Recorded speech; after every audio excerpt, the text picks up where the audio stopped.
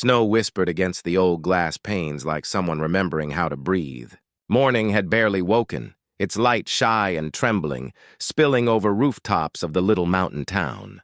Elias Crow walked with his daughter, Mara, her mittened hand tucked in his. So small, so certain, while his own felt rough, hesitant, shaped by years of work and silence. The world around them smelled of pine and cold smoke, the kind that clings to grief long after the fire is gone. They passed the church square where the statue of St. Ivan leaned forward beneath its crown of frost. The bells tolled slow, weary as old bones. Elias moved with the deliberate care of a man afraid of breaking something he couldn't repair. Though he wasn't sure if it was the world or himself he feared fracturing. Beside him, Mara stopped. The sound of her gasp, sharp, bright, cut through the cold. Beneath the iron bench, half swallowed by a drift of snow, a dog lay trembling. Its coat was matted, the color of old wood. Frost rimed its whiskers, and its eyes, a deep amber, opened just enough to meet Mara's gaze. She dropped to her knees before Elias could stop her, brushing the snow away with the kind of care that only children and the newly broken understand. "Daddy," she whispered, "can I buy that dog?" The words settled between them like a small miracle, impossible and tender. Elias looked down at the creature, ribs showing, breath shallow, and felt something stir. A memory of holding his wife's hand before the fever took her, of wanting to save what couldn't be saved. "It's not ours to buy, Mara," he said, his voice low, heavy. "Someone left it here. We can't fix every hurt thing in the world." Mara's lips trembled, but she didn't cry. She only nodded, her eyes lingering on the dog as Elias gently lifted her up. They walked away, but the sight followed him. The quiver of that frail body. The way his daughter's small heart had reached where his no longer dared. That night, the wind moaned through the chimney, carrying whispers like old prayers. Mara lay in bed beneath a patchwork quilt, her cheeks flushed by the cold. "He looked sad, Daddy," she murmured sleepily. "Like he was waiting for someone." Elias sat in the chair beside her bed, staring at the dying embers in the hearth. The house smelled of cedar and loneliness. He said nothing, but when she drifted to sleep, he found himself still awake, haunted by the picture of that shivering dog. In the dark, he could almost hear its faint whimper carried by the wind. At dawn, when the light turned the frost gold, he took Mara back to the square. The bench stood empty. A set of paw prints led away, thin and wandering, toward the edge of town where the road dissolved into pines. Mara's shoulders sagged. "He's gone." "Maybe someone took him in," Elias offered, though he knew the town's kind acts were few and mostly whispered, not done. They followed the prints until they reached the outskirts, where smoke rose from a crooked chimney and an old barn leaned against the weight of snow. The sign above the door was barely legible, Willow Creek Shelter. A woman stood outside, her hands red from the cold as she poured warm water into a metal bowl. She was wrapped in a wool shawl the color of dusk, hair pinned carelessly, eyes deep and steady. She looked up as they approached, cautious but not unkind. "Morning," she said softly. "You've come about the dog?" Mara nodded eagerly. "Is he yours now?" The woman's gaze softened. "He's everyone's and no one's. I just keep him warm until he decides where he belongs." Elias felt something twist in him, a mixture of guilt and defensiveness. He knew her name before she spoke it. Junia Wren. The town had made sure he did. They called her many things, most of them unkind. A woman left at the altar, a scandal in a skirt, a heart that couldn't keep a man. He'd never spoken to her before, but her presence unsettled him.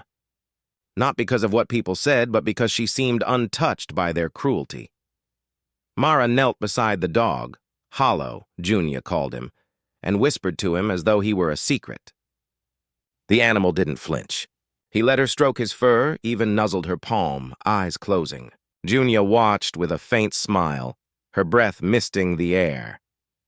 "He's been hurt," she said quietly to Elias. "Traps, chains. Took me 2 weeks to get him to eat." Elias nodded, unable to meet her eyes. "You live out here alone?" "Alone is kinder than pretending," she replied simply. Then, softer, "Your daughter has a gift. She doesn't see what others fear. Something about the way she said it made him want to leave. He thanked her, stiffly, formally, and took Mara's hand. We should go. That evening, Mara's questions came like snowfall, gentle, endless. Why couldn't they keep Hollow? Why did people say mean things about Miss Wren? Why did everyone look away when they passed her in town? Elias had no answers that didn't taste bitter. He told her to sleep. When the house fell silent, he sat at the table, carving a piece of wood just to keep his hands busy. Each stroke of the knife echoed like penance. Days passed. Mara grew restless. She began slipping away after lessons, her absence light as a secret. Elias didn't notice until the third afternoon when he saw her returning, cheeks flushed, boots muddy, humming. When he asked where she'd been, she looked at him with such innocent defiance that he knew before she spoke. At the shelter.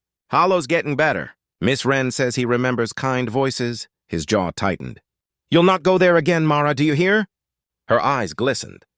But he needs me. He stood, anger rising, not at her, but at the ache she stirred in him. Enough, he said sharply. That woman's not for you to spend time with. She's not... He stopped, realizing what he was about to say.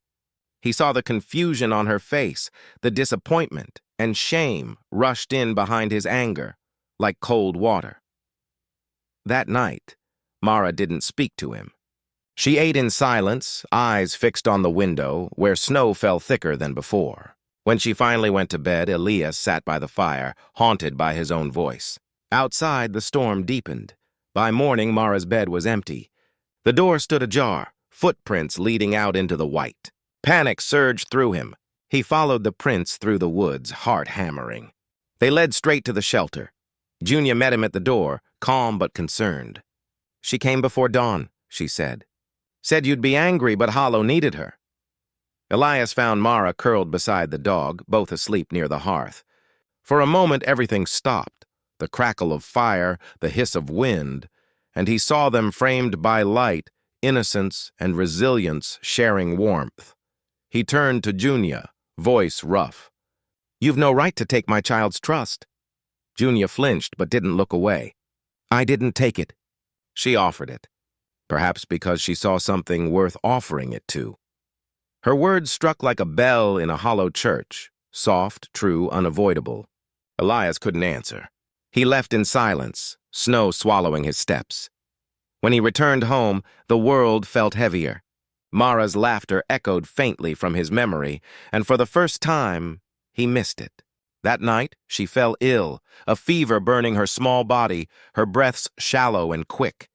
Elias sat by her side, wringing a cold cloth. The doctor's voice had been kind but uncertain. She needs rest and hope.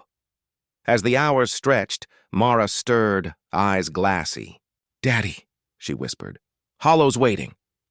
He pressed her hand to his lips, heart pounding. Sleep, little bird. Please. But she was already drifting, her words fading into dreams. Before dawn, Elias rose, pulled on his coat, and stepped into the storm. The world outside was hushed and pale, the snow falling sideways in the wind. His boots cracked through ice as he made his way back to the shelter. The barn's windows glowed faintly, smoke curling upward. Inside, Junia knelt beside the hearth, feeding Hollow bits of bread. The dog lifted his head as Elias entered, tail thumping once, cautious but hopeful. Junia said nothing. She only watched as Elias crouched, running a hand along the dog's neck. He's ready, she murmured. Elias nodded. His throat felt tight. Thank you. Junia fetched an old rope, tying it gently around Hollow's neck. As she handed it to him, their fingers brushed, a fleeting touch warm against the cold. For a moment, the air shifted. There was something in her eyes, weariness, yes, but also faith. He couldn't remember the last time someone had looked at him that way. When he stepped back into the snow, Hollow trotted beside him, cautious but proud.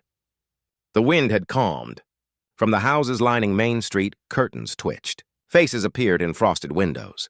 Whispers followed him. Crows lost his mind. First his wife, now astray. But he didn't turn. At home, Mara stirred at the sound of Hollow's soft whine. Her eyes fluttered open. When she saw him, she smiled, a small, radiant thing that broke something in Elias's chest. The dog climbed onto her bed, careful, curling beside her like a promise kept. Elias sat watching them as the firelight danced over the walls. For the first time in years, the house didn't feel haunted. It felt alive.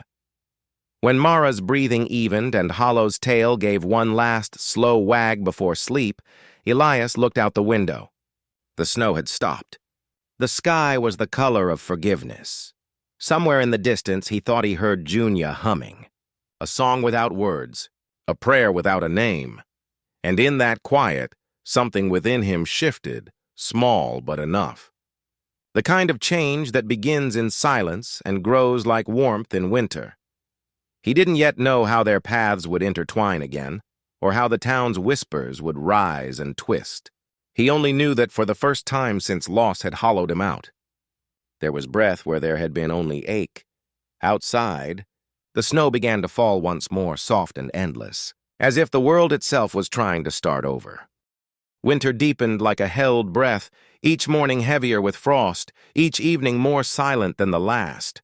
The snowbanks along the fences grew tall as small walls, hemming in the town until even sound seemed muffled beneath the weight of white. Inside the crow house, warmth began to linger again. Hollow followed Mara everywhere, into her games, her laughter, even her sleep.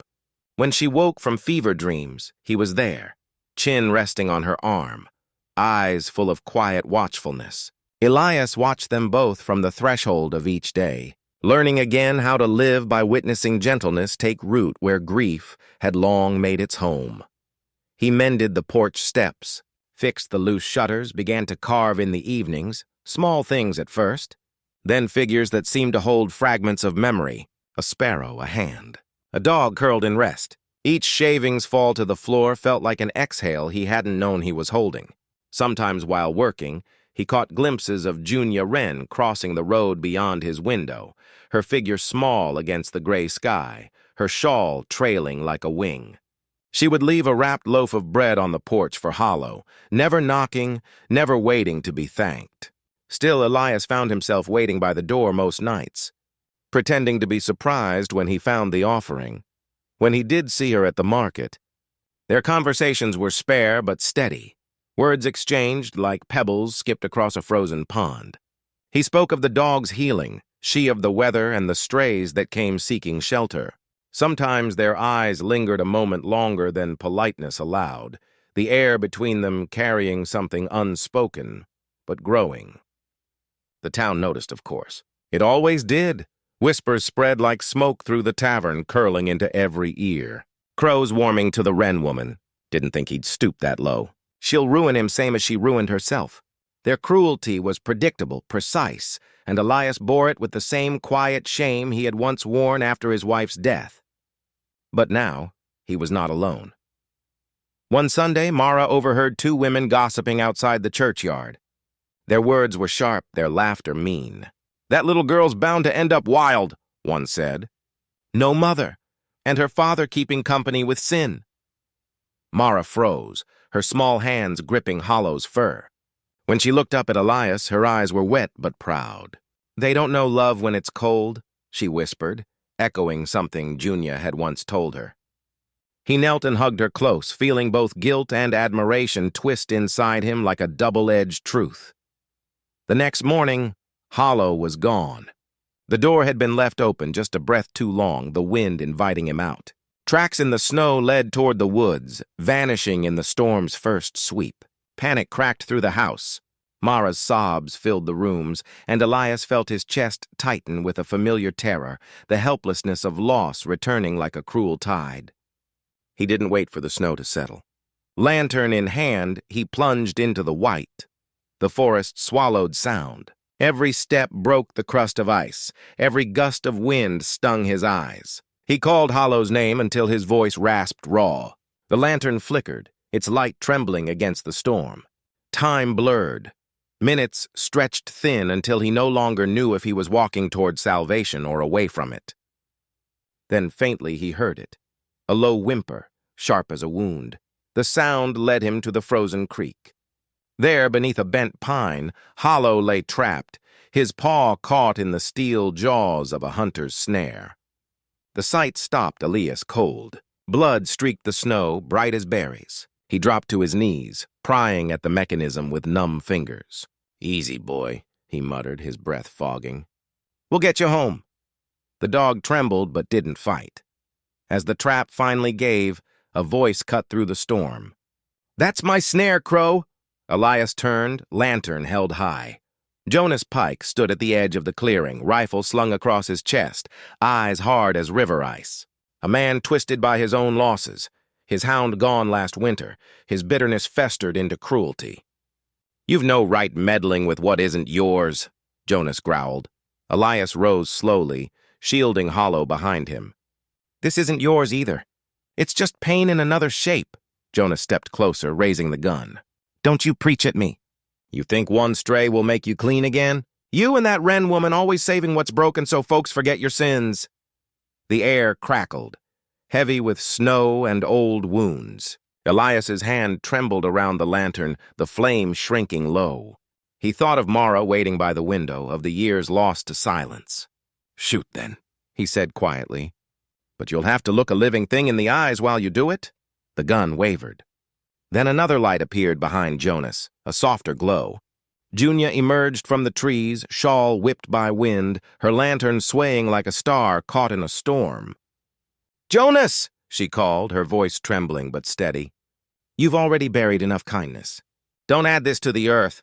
Jonas's jaw clenched. The rifle lowered a fraction. "He trespassed." "So did Mercy," she said. "And thank God it still does." Silence followed, thick, uncertain. The snow fell harder, erasing footprints as fast as they formed. Finally, Jonas cursed under his breath and turned away, the storm swallowing his retreat. Junia knelt beside Elias, helping him lift Hollow. The dog whimpered once, then rested his head against Elias's arm, trusting despite the pain. They carried him together through the white maze of trees. Each step was heavy, but the weight felt shared, not borne alone. By the time they reached the road, the storm had softened. The town lay hushed under a fresh quilt of snow, every roof glimmering. People peeked from windows as Elias and Junia passed, two figures side by side, carrying what looked like a bundle of devotion wrapped in fur. Whispers rose again, but this time Elias didn't hear them as accusation. They sounded like the start of a thaw. At home, Mara rushed to the door, tears freezing on her cheeks as she saw Hollow limp inside. "You found him!" she cried, falling to her knees. The dog licked her face weakly, tail thumping once before curling beside the hearth. Junia cleaned the wound with gentle hands, her movements practiced, tender. Elias stood nearby, watching the curve of her shoulders, the steadiness in her touch. Gratitude welled in him, heavy and wordless. Days passed, and the storm broke. Hollow healed slowly, his limp fading. The house grew warmer, not just from fire but from presence. Junia's visits became routine. She brought herbs, mended blankets, and stayed to share coffee by the fire while Mara chattered endlessly. Elias found himself waiting for those visits, for the soft rhythm of her voice, for the way she looked at him when she thought he wasn't watching. Spring still felt distant. But something inside all three of them had begun to thaw. Elias repaired the shelter fence for Junia, his hands steady and sure. He rebuilt her feeding tables, crafted new wooden signs. The townsfolk saw them working together and muttered, but fewer looked away now. Some even nodded in passing, as if remembering that kindness was not a contagion to avoid. One evening, as the sun slipped behind the pines, Elias and Junia stood outside the shelter, breath mingling in the cold. The air smelled faintly of thawing earth. Mara and Hollow chased each other in the snow, their laughter echoing. Elias turned to Junia. "You could have left me in that storm," he said quietly. "I've left enough behind already," she replied. "And besides, someone has to remind you that you're still alive." Her words hung between them, fragile and true. He reached for her hand but didn't take it. Instead, he smiled, a rare, unguarded thing. She smiled back, and in that exchange, something was sealed. Not with promise, but with understanding. In the following weeks, Elias began carving again. Not small figures now, but something larger, a sculpture for the shelter's entrance. A man, a child, and a dog beneath an open sky. He carved through nights, guided by memory more than plan.